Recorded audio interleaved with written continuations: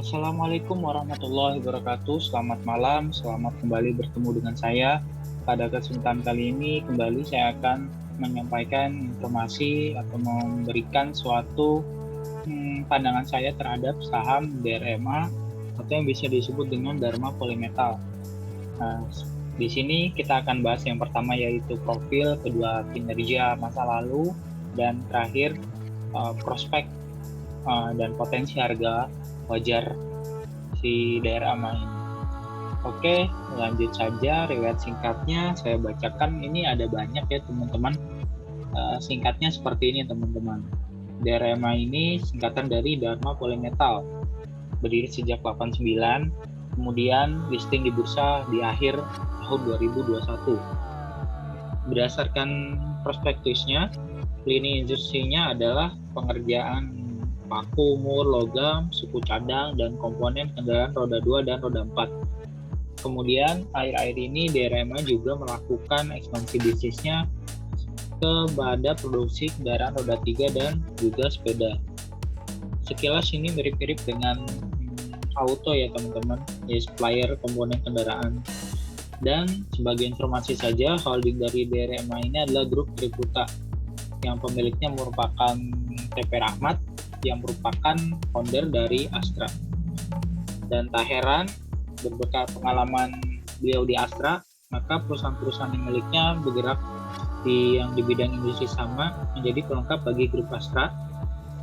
Sebagai mantan karyawannya pun, dia paham betul kesempatan dalam bidang otomotif ini, ditambah telah memiliki jaringan luas. Dan DRMA ini penjualannya, kontribusi pengeluarannya lebih banyak kepada kepada kendaraan roda 2 sebesar 68%, roda 4 21%, dan sisanya lain-lain sebesar 10%. Dan DRMA ini karena telah berdiri selama 30 tahun dan pemiliknya juga memiliki jaringan yang luas juga, maka DRMA ini memasok komponen untuk merek-merek kendaraan ternama seperti Honda, Toyota, Suzuki, Daihatsu, Yamaha, dan sebagainya. Seperti itu. Dan akhir-akhir ini pula DRMA ini telah masuk ke dalam bagian industri electric vehicle atau mobil listrik melalui JV Dharma Kyungshin Indonesia. Di sini ada ya teman-teman, nanti dibacakan saja. Dan telah yang berdiri di 2020.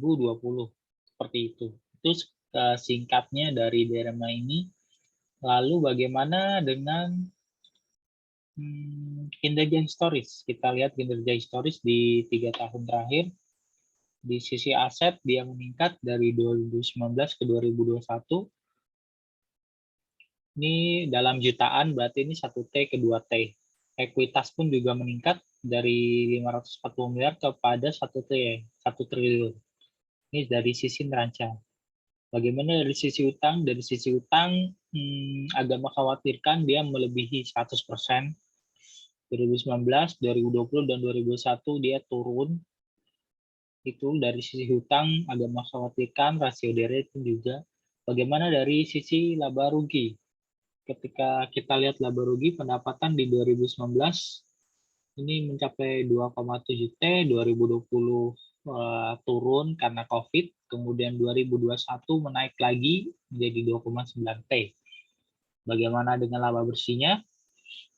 Dari 170 M di 2019 dan 2021 mencapai 300 M. Naik ya teman-teman. Kemudian ini rasionya ekuitas dan ROE-nya. ROE-nya dari 32% di 2019. Kemudian di 2021 dia turun menjadi 28% saja. Dan ekuitasnya pun walaupun ekuitas meningkat ya ROE-nya menurun di 2021. Nah, kita lihat tadi di 2019 ROE-nya mencapai 39% ya teman-teman di setahun kan. Itu dari sisi kinerja masa lalu. Nah, bagaimana kinerja saat ini teman-teman? Kinerja saat ini kita buka dari sisi neraca terlebih dahulu. Asetnya dibandingkan di Desember 2021 dia asetnya meningkat dari 2,5 T menjadi 2,6. Kemudian liabilitas menurun dari 1,454 menjadi 1,405. Sedangkan ekuitas yang didapat diatribusikan kepada pemilik entitas induk, dia meningkat dari 1,07 T menjadi 1,1 T. Cukup bagus dari sisi ekuitas. Kemudian dari sisi penjualan, dari 2021 dan 2022, year on year dari 67, ini apa disajikan dalam rupiah, berarti ini 675 M menjadi 915 M. Naik ya teman-teman, naik hampir ya 40%, 50% lah ya. Seperti itu. Laba brutonya pun juga naik di sini. Kemudian kita cari laba yang didistribusikan. Nah, ini dari 52 M kepada 115 M. Berarti ini naiknya 100%. 100%. Oke, cukup bagus. Bagaimana dengan arus kas? Arus kasnya ternyata arus kasnya adalah, di sini ada hasil penjualan aset ya teman-teman. Tapi di sini arus kasnya masih arus kas. Coba kita lihat. Arus kas positif ya teman-teman. Kenaikan kasnya dari awal tahun 415 M, kemudian kenaikannya 14 M, hingga kas akhir tahun 429 M. Seperti itu teman-teman. Oke, itu dari kinerja storage-nya. Bagaimana dengan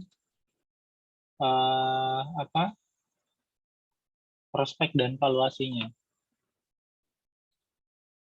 Kalau kita lihat prospeknya berarti kita lihat di halaman 102. Prospek usahanya di sini disebutkan perseroan meyakini, kita blot saja, bahwa Indonesia masih memiliki prospek cerah di masa mendatang. Dapat diketahui bahwa kepadatan mobil ada 77 mobil per 1.000 penduduk, lebih rendah dari Thailand, kemudian dan juga lebih rendah dari Malaysia. Nah, jika kepadatan mobil penduduk dapat mencapai Thailand, maka pasar otomotif roda 4 di Indonesia akan tumbuh 4 kali lipat. Seperti ini ya teman-teman. Jadi perseroan masih optimis bahwa kinerja di masa depan akan cerah gitu. Di Indonesia transportasi umum masih jauh dari tingkat sempurna ya. Seperti itu teman-teman. Kemudian dengan pembangunan oleh pemerintah ada jalur tol Trans Jawa, Trans Sumatera, Kalimantan, Sulawesi, dan Trans Papua, maka perseroan meyakini bahwa perkembangan roda 4 akan meningkat pada masa yang akan mendatang. Seperti itu teman-teman.